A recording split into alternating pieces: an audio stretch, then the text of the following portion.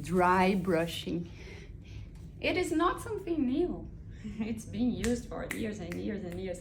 And obviously, Mr. Pilates used to recommend this to his clients as well, because he knew the power of it. Now, when you do the dry brushing, it's so important that you have a very good one.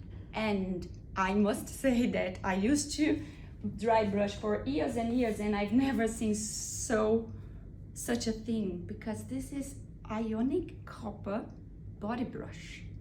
And yes, each of these are made with copper and has huge benefit for our body. So have a look in this link for you to understand the benefits of this type of brush. And you want to know more details about your dry brush, you don't even need to go on the web.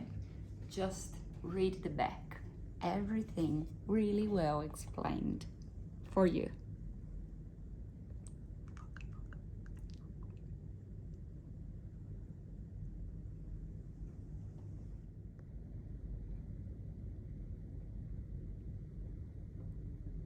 Ancestral wisdom evolved